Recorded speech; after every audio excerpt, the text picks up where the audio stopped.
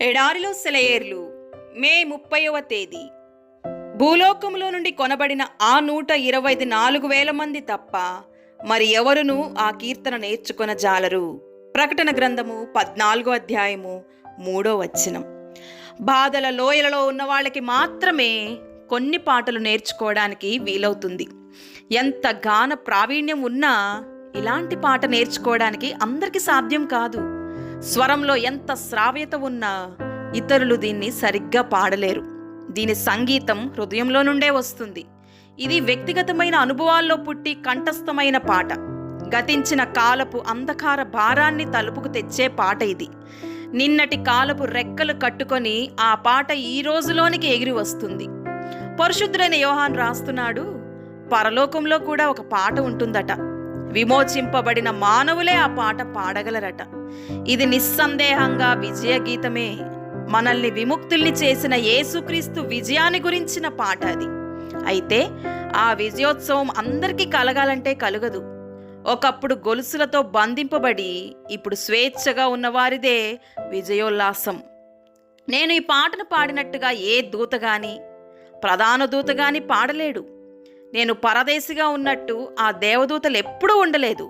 సిలువలో విమోచింపబడ్డవారు తప్ప మరెవరూ ఈ పాటను నేర్చుకోలేరు. నా ఆత్మ తండ్రి దగ్గర నుండి ఈ సంగీత పాఠం నేర్చుకుంటుంది. కంటికి కనిపించని సంగీత బృందంతో కలిసి శిక్షణ పొందుతున్నది. ఈ సంగీత సమ్మేళనంలో కొన్ని భాగాలను నా ఆత్మ తప్ప మరెవరూ పలుకలేరు. దేవదూతలకి ఈ శృతి కుదరదు. ఈ తాళాలను నా ఆత్మ మాత్రమే వేయగలదు, ఆలపించగలదు. దేవదూతలు ఆలపించలేని ఆ భాగాలను ఆలపించడం కోసం తండ్రి నిన్ను సిద్ధపరుస్తున్నాడు. నిన్ను పరీక్షించడానికి దేవుడు నీ పైకి బాధల్ని పంపిస్తున్నాడని నీవు చెప్తున్నావు. కాదు, నీకు నేర్పించడానికే ఆయన ఆ బాధల్ని నీ పైకి పంపిస్తున్నాడు. రమ్యమైన ఆ గాయక బృందంలో నీకు చోటు కల్పించడం కోసం నిన్ను సిద్ధపరుస్తున్నాడు. రాత్రి సమయాల్లో నీ పాటను సిద్ధం చేస్తున్నాడు. కొండలోయల్లో నీ స్వరాన్ని పదును పెడుతున్నాడు. మేఘాలు కమ్మిన వేళ నీ శృతిని సవరిస్తున్నాడు. వర్షాలు కురుస్తున్నప్పుడు నీ స్వరంలోని మాధుర్యాన్ని పరిపక్వం చేస్తున్నాడు. చలి రోజుల్లో నీ భావాన్ని మలుస్తూ ఉన్నాడు. ఆశాజనకమైన సమయాల నుంచి నీవు భయంలోకి నువ్వు దిగజారే వేళల్లో నీ లయను సరిచేస్తున్నాడు.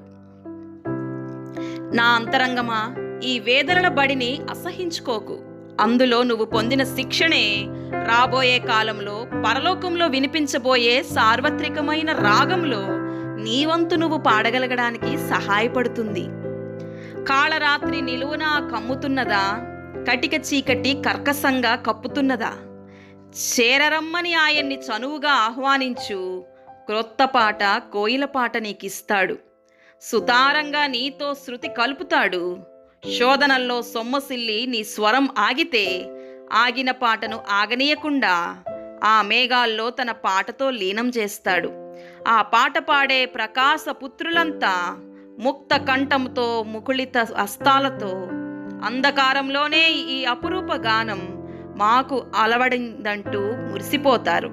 తండ్రి ఇల్లంతా మధుర పరిమళంలాగా అలుముకునే ఆ అసమాన గీతం పుట్టి ప్రాణం పోసుకున్నది. పగటి వెలుగును చూడని పూరి పాకల్లోనే.